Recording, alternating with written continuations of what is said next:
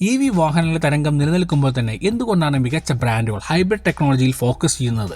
കാരണം Indian market അത്രമാത്രം conservative ആണെന്ന് പറയേണ്ടി വരും.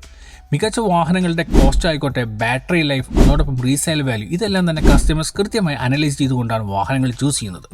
ടൊയോട്ട, BMW പോലെയുള്ള മികച്ച ബ്രാൻഡുകൾ അത്തരത്തിലുള്ള ഒരു ഹൈബ്രിഡ് ഫോക്കസ് ചെയ്യുന്നതിന് പ്രധാന കാര്യം ഈ മാർക്കറ്റ് അനലൈസ് തന്നെയാണ്.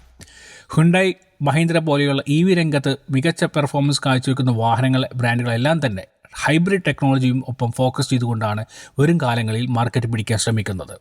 എന്തിനധികം പറയണം, മാരുതിയുടെ വിറ്റാര ലോഞ്ചിന് ശേഷം ഇപ്പോഴും വിപണിയിൽ ഇറങ്ങുന്നതിൻ്റെ പ്രധാന കാരണം EV ഇൻഫ്രാസ്ട്രക്ചർ അവരുടെ എല്ലാ സർവീസ് സെൻ്ററിലും കണ്ടെത്തുന്നതിൻ്റെ പ്രായോഗികത കൊണ്ട് തന്നെയാണെന്ന് പറയേണ്ടി വരും. അങ്ങനെയെങ്കിൽ പലരും ഹൈബ്രിഡ് ടെക്നോളജി യൂസ് ചെയ്യുന്ന വാഹനങ്ങൾ യൂസ് ചെയ്യുന്നുണ്ട്. പക്ഷേ ഏതെല്ലാം ടൈപ്സ് ആണ് ഈ ഹൈബ്രിഡ് ടെക്നോളജി ഉള്ളതെന്ന് പലർക്കും അറിയില്ല. പ്രധാനമായും മൈൽഡ്, സ്ട്രോങ്, പ്ലഗ്-ഇൻ, സ്മാർട്ട് തുടങ്ങിയ വിവിധങ്ങളായ വേരിയൻസ് ആണ് ഹൈബ്രിഡ് ടെക്നോളജിയുള്ള വാഹനങ്ങൾ യൂസ് ചെയ്തിരുന്നത്. എങ്കിൽ നിങ്ങൾ യൂസ് ചെയ്യുന്ന വാഹനത്തിലെ ഏത് ടൈപ്പാണ് എന്ന് തീർച്ചയായിട്ടും കമൻറ്റ് ചെയ്യുക. ഹൈബ്രിഡ് വാഹനം ചൂസ് ചെയ്യുമ്പോൾ നിങ്ങൾ പ്രധാനമായി ശ്രദ്ധിക്കേണ്ട ചില കാര്യങ്ങൾ എന്ന് പറയുന്നത് അതിൻ്റെ ഹാർഡ്വെയർ സിസ്റ്റം തന്നെയാണ്. ബാറ്ററി പാക്കപ്പും അതിൻ്റെ കോമ്പാറ്റബിലിറ്റിയുമാണ് പ്രധാനമായും നിങ്ങൾ ഫോക്കസ് ചെയ്യേണ്ടത്. മറ്റൊരു കാര്യം റിഫൈൻമെൻറ്റും പെർഫോമൻസും എഫിഷ്യൻസിയും.